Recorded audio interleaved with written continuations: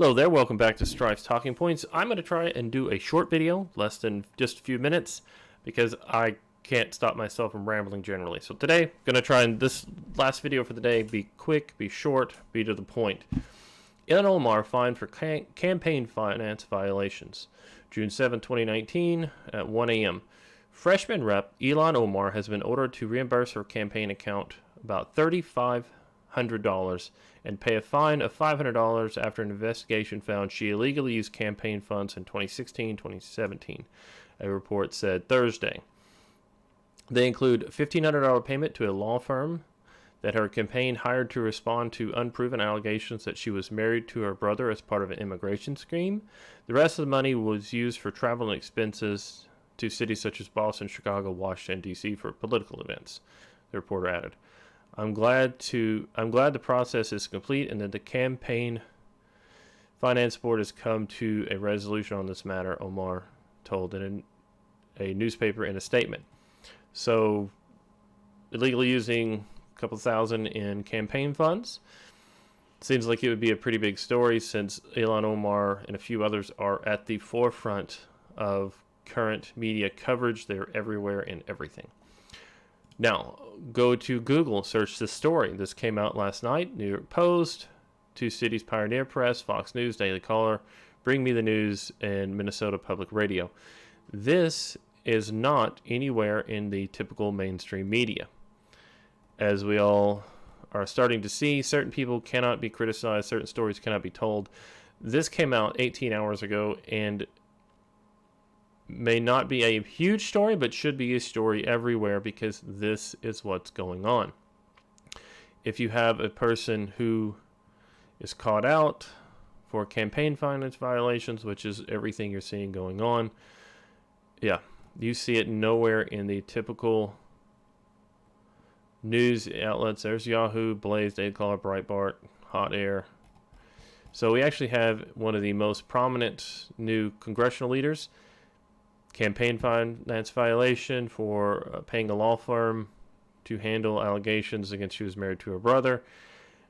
Also traveled to other cities. And then when you go to YouTube, I searched this, and until just a few moments ago, this story's popped up.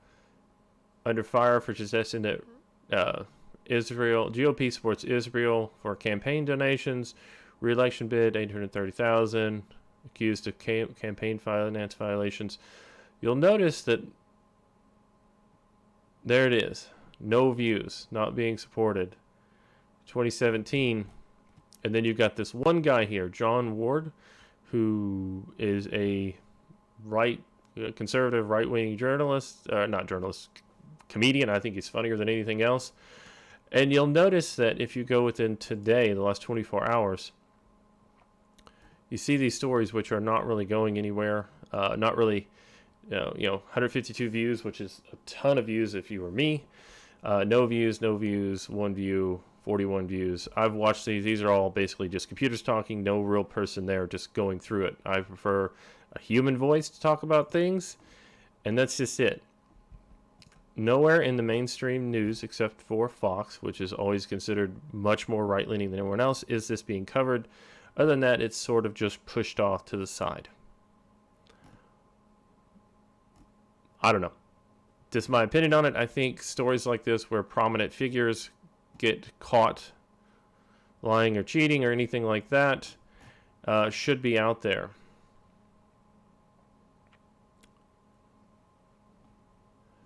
Let's see where this story takes me real quick. 4 minutes. I got to get off here soon. Fox 9. Citizens pay a $500 fine plus the $34.69 of campaign funds. 5 times improperly used it. Yeah, that's it.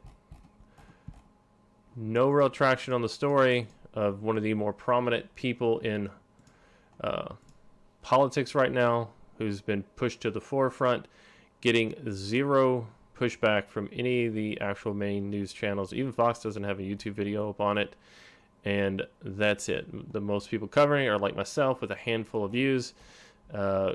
Thankfully, John Ward's out there with 26,000 views on something he released this morning, really getting traction.